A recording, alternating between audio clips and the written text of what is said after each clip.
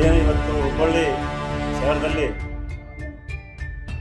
ಹಕ್ಕೊತ್ತಾಯ ಒಂದು ಮೆರವಣಿಗೆ ನಡೀತು. ಬಹುತೇಕ ಇತಿಹಾಸ ಕೂಡ ತೆಗೆದು ನೋಡಿದ್ರೆ ಯಾವ ಒಂದು ಮುಖಂಡರಿಗೂ ಇಂಥ 16,000 ಜನಸಂಖ್ಯೆ ಸೇರಿದಂಥ ಮೆರವಣಿಗೆ ಕಂಡೇ ಇಲ್ಲ.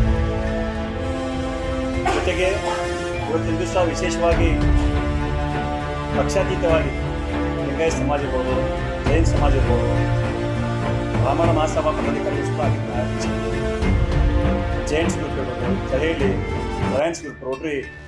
ಮತ್ತು ಎಲ್ಲ ದಲಿತ ಸಂಘಟನೆಗಳು, ವಿಶೇಷವಾಗಿ ಅಲ್ಪಸಂಖ್ಯಾತರ ಘಟಕಗಳು, ಕ್ರಿಶ್ಚಿಯನ್ ಸಮಾಜದ ಪಾದರಿಗಳು, ಬಹಳಷ್ಟು ಜನ ಇವತ್ತು ನೋಡ್ಬಿಟ್ರೆ ಎಷ್ಟು ಖುಷಿ ಅನಿಸ್ತದೆ ಅಂದರೆ ಮಂತ್ರಿ ಆಗೋಕ್ಕಿಂತ ಮುಂಚಿನವಾಗಿ ಈಗ ಮಂತ್ರಿ ಶಾಸಕರು ಅನ್ನುವಂಥ ಜನ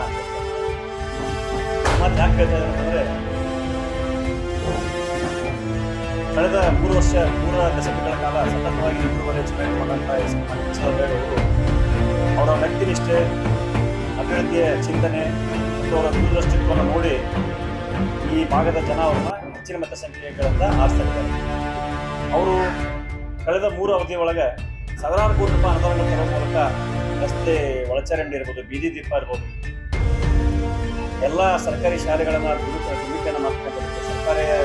ಆರೋಗ್ಯ ಇಲಾಖೆ ಸಂಬಂಧಪಟ್ಟ ಆಸ್ಪತ್ರೆಗಳನ್ನು ದುರ್ವೀಕರಣ ಮಾಡ್ಕೊಂಡು, ಮಠಮಾನ್ಯಗಳಿಗೆ ಅನುದಾನ ಕೊಡ್ತಕ್ಕಂಥದ್ದು,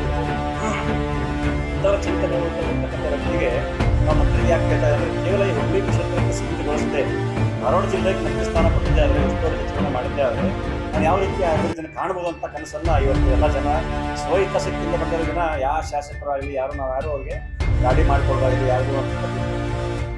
ಆ ಕಾರಣಕ್ಕೆ ನಾವು ವಿನಂತಿ ಮಾಡ್ಕೊಂಡು ಸನ್ಮಾನ್ಯ ಮುಖ್ಯಮಂತ್ರಿ ಅಂತ ಡಿ ಕೆ ಶಿವಕುಮಾರ್ ಅವ್ರಿಗೆ, ಸನ್ಮಾನ್ಯ AICC ಅಧ್ಯಕ್ಷರಂತ ಖರ್ಗೆ ಸಾಹೇಬರಿಗೆ, ಸನ್ಮಾನ್ಯ ಮಾಜಿ ಮುಖ್ಯಮಂತ್ರಿಗಳಂತ ಸಿದ್ದರಾಮಯ್ಯ ಸಾಹೇಬರಿಗೆ, ಸನ್ಮಾನ್ಯ ರಾಹುಲ್ ಗಾಂಧಿ ಅವರಿಗೆ,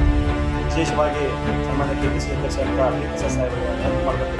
ಧಾರವಾಡ ಜಿಲ್ಲೆಯಿಂದ ಸಮಸ್ತ ನಾಗರಿಕರ ಪರವಾಗಿ 14 ಲಕ್ಷ ಜನಸಂಖ್ಯೆ ಧಾರವಾಡ ಜಿಲ್ಲೆಯಿಂದ ವಿನಂತಿ ಮಾಡಬೇಕು. ನಾವು ಇವತ್ತು ಅಭಿವೃದ್ಧಿ ಕಂಡೇ ಇಲ್ಲ. ಇವತ್ತು ನೋಡ್ರಿ ಎಲ್ಲ ಯೋಜನೆ ನೋಡ್ರಿ, ಬೈಪಾಸ್ ರಿಂಗ್ ರೋಡ್ ಇರ್ಬೋದು, ಈ BRTS ನೋಡ್ರಿ, 10 ವರ್ಷ ಕೆಲಸ ಮಾಡಲಿಕ್ಕೆಲ್ಲ ತುಗಾಡ್ತಾವೆ, ಏನೋ ಫ್ಲೈಓವರ್ ಬ್ರಿಡ್ಜ್ಗಳು ತುಗಾಡ್ತಾವೆ. ಆ ನಿಟ್ಟಿನೊಳಗೆ ಎಲ್ಲ ಕಳಪೆ ಕಾಮಗಾರಿ ಭ್ರಷ್ಟಾಚಾರನ ಹೊರಗೆ ಓಡಿಸ್ಬೇಕಂತಂದ್ರೆ ನಾವೇನಾದರೂ ಸಿಂಗಾಪುರ್ ಮಾದರಿ ಒಳಗೆ ಕೆಲಸ ಮಾಡಿದಾಗ ಮಾತ್ರ ಅಂತ ಹೇಳಿ ಈ ಮೂಲಕ ಹೇಳಿ ಕೆಲಸ